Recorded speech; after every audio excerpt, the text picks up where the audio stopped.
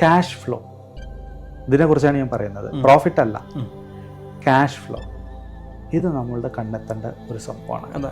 എത്രയാണ് ക്യാഷ് വന്നുകൊണ്ടിരിക്കുന്നത്, എത്രയാണ് പോകേണ്ടത്, എത്രയാണ് പോകേണ്ടത്, എത്രയാണ് വന്നുകൊണ്ടിരിക്കുന്നത്, ഈ വരുന്നുണ്ട് എന്നുള്ളത് നമ്മൾ ഉറപ്പുവരുത്തണം. പ്രോഫിറ്റ് അല്ല ഞാൻ പറയുന്നത്, റവന്യൂ.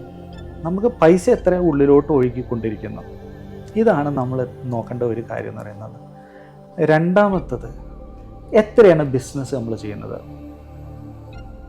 ബിസിനസ് ചെയ്യുന്നതിനർത്ഥം ആ പൈസ നമുക്ക് വരണമെന്നില്ല, അതാണ് റവന്യൂ. അതുമല്ല അല്ല, കിട്ടാനുള്ള പൈസ. റവന്യൂ എന്ന് പറയുമ്പോൾ നമുക്ക് ക്യാഷ് ഫ്ലോ എന്ന് പറയുമ്പോൾ അത് ക്യാഷ് ഫ്ലോ ആയിട്ടാണ് പറയുന്നത്.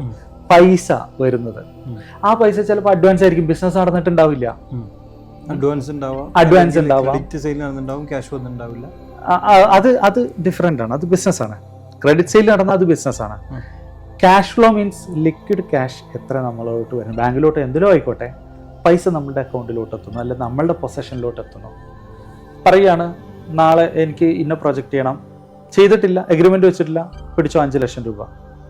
ബിസിനസ് ഒന്നും നടന്നിട്ടില്ല, ആ 5 lakhs നമ്മുടെ കയ്യിലെത്തി കഴിഞ്ഞാൽ that is also cash flow. Cash flow എന്ന് പറഞ്ഞാൽ ക്യാഷ് ഇന്നും ക്യാഷ് ഔട്ടും കഴിഞ്ഞ് ബാക്കി വരുന്ന എമൗണ്ടിനല്ലേ ക്യാഷ് ഫ്ലോ എന്ന് പറയുന്നത്. അത് ക്യാഷ് ഫ്ലോ എന്നുള്ളത് ഡിഫറൻസ് അല്ലേ ഞാൻ പറയുന്നത്. പോയി നമ്മുടെ കയ്യിൽ എത്ര ബാക്കി ഇരിക്കുന്നു, ആ ഫ്ലോ, കിണറിൽ എത്ര ബാക്കി ഇരിക്കുന്നു. ഞാൻ പറയുന്നത് ക്യാഷിന്റെ ഫ്ലോ, ഇന്നിലോട്ട് ക്യാഷ് ഇൻവേർഡ്സ് വരുന്ന ഫ്ലോ എത്രയാണെന്നുള്ളത് നമുക്ക് നല്ല ധാരണ ഉണ്ടായിരിക്കണം. ഇത് കണ്ടിന്യൂസ് ആയിരിക്കണം. നമ്മളെ ബാങ്ക് അക്കൗണ്ടിൽ എപ്പോഴും പൈസ ഉണ്ടായിരിക്കണം. ഈ പൈസ കുറയുമ്പോഴേക്കും അവിടുന്ന് ആരെങ്കിലും അത് ഫണ്ട് ചെയ്തിട്ടുണ്ടായിരിക്കണം.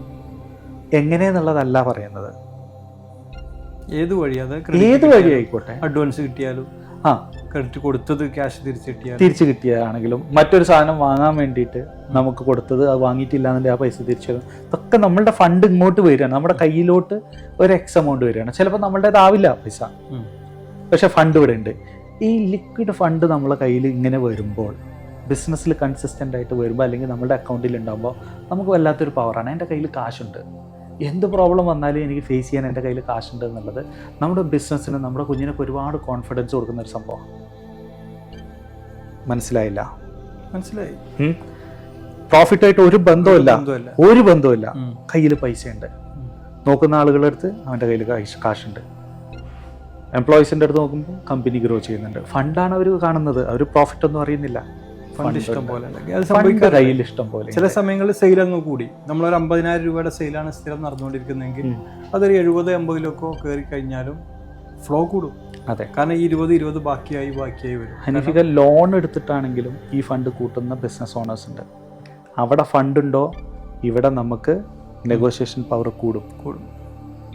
ഫ്ലോ കൂട്ടണം. മനസ്സിലായോ? നിങ്ങളൊരു പർച്ചേസിന് പോവാണ്, നേരത്തെ പറഞ്ഞ പോലെ പർച്ചേസിന് പോവാണ്, പർച്ചേസർ പറയാണ് നിങ്ങൾ റെഡി ക്യാഷ് ആണ് തരുന്നതെങ്കിൽ ഞാൻ 2% അല്ലെങ്കിൽ 1% വീണ്ടും കുറച്ച് തരാം. വന്നോ ബിസിനസ്? കയ്യിലെ ഫണ്ട് ഉണ്ട്. മനസ്സിലായോ? ലോൺ എടുത്തിട്ടാണ്, നിങ്ങളുടെ ഫണ്ടല്ല, ഫണ്ട് അവിടെ ഉണ്ട്. അല്ലെങ്കിൽ നിങ്ങൾ ചോദിക്കാം, ഞാൻ നിങ്ങൾക്ക് റെഡി ക്യാഷ് ഇപ്പോൾ തരാം, എനിക്ക് 2% കുറയ്ക്കാൻ പറ്റുമോ, നെഗോഷിയേറ്റ് ചെയ്യാം. യെസ് എന്ന് പറഞ്ഞാൽ നിങ്ങൾക്ക് ലോട്ടറിയാണ് അല്ലേ? ആലോചിച്ച് നോക്കൂ. ഈ ഫണ്ട് എടുക്കുന്നു, 2 ദിവസത്തിനുള്ളിൽ സെയിൽ ഇറക്കുന്നത്, തിരിച്ചിങ്ങോട്ട് വയ്ക്കുന്നു.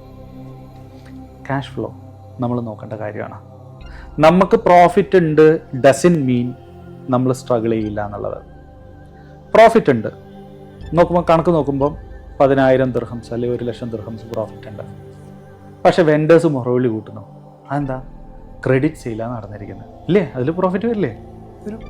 ക്രെഡിറ്റ് സെയിലാണ് നടന്നിരുന്നത്, കയ്യിൽ കാശില്ല, എന്ത് ചെയ്യും? ഒരു കാര്യമില്ല. പറഞ്ഞാൽ മനസ്സിലായോ? ക്യാഷ് ഫ്ലോ കൂട്ടണം. എപ്പോഴും നമ്മൾ ശ്രദ്ധിക്കേണ്ടത്, ഫിനാൻസിൽ ശ്രദ്ധിക്കേണ്ടത്, ഓണർ ശ്രദ്ധിക്കേണ്ട ക്യാഷ് ഫ്ലോ തന്നെ. നമ്മുടെ ക്യാഷ് ഇൻ ഹാൻഡ് വളരെ ഇമ്പോർട്ടൻ്റ് ആണ്. മറ്റൊരു മിസ്റ്റേക്കാണ് വെരി ഇമ്പോർട്ടൻ്റ് ആയിട്ട് ഫൈനാൻസ് നോക്കുമ്പോൾ വെരി ഇമ്പോർട്ടൻ്റ് ആയിട്ട് നമ്മൾ കൺസിഡർ ചെയ്യേണ്ട ഒരു കാര്യമാണ്. പല ബിസിനസ് ഓണേഴ്സും ബാങ്ക് ലോണും മറ്റുള്ള കാര്യങ്ങളൊക്കെ എടുത്തിട്ടായിരിക്കും ബിസിനസ് സ്റ്റാർട്ട് ചെയ്തിട്ടുണ്ടാവുക. എല്ലാവരും ഇപ്പം ജനിച്ചപടി സമ്പന്നരായിട്ടൊന്നും ആയിരിക്കണം എന്നില്ലല്ലോ. ഇവരുടെ റവന്യൂയുടെ മേജർ പോർഷനും ഇവർ കളയുന്നത് എന്തിനായിരിക്കും അറിയോ? ഈ ലോണ് തിരിച്ചടയ്ക്കുക, എത്രയും പെട്ടെന്ന് ക്ലോസ് ചെയ്യാം, പീസ് ഓഫ് മൈൻഡ് ഉണ്ടാക്കുക എന്നുള്ളതാണ്. നോ, ചെയ്യരുത്. നിങ്ങൾ തിരിച്ചടയ്ക്കണം. നിങ്ങളുടെ കയ്യിൽ സഫിഷ്യൻറ്റ് പണം വെച്ചിട്ടായിരിക്കണം, ബാക്കിയായിരിക്കണം തിരിച്ചടയ്ക്കേണ്ടത്. ഇല്ലെങ്കിൽ നാളെ ഇതേപോലെ ഒരു സിറ്റുവേഷൻ വരുമ്പോൾ വീണ്ടും നിങ്ങൾ ലോണിന് ഓടണം. ക്ലിയർ ആവുന്നുണ്ടോ? അതെ. ഈ പൈസ ഉണ്ടാക്കാൻ വീണ്ടും നമ്മൾ അടുത്ത ലോൺ എടുക്കാൻ ഓടണം. സമയം നഷ്ടം, പ്രൊസീജിയർ നഷ്ടം, എല്ലാം നഷ്ടം.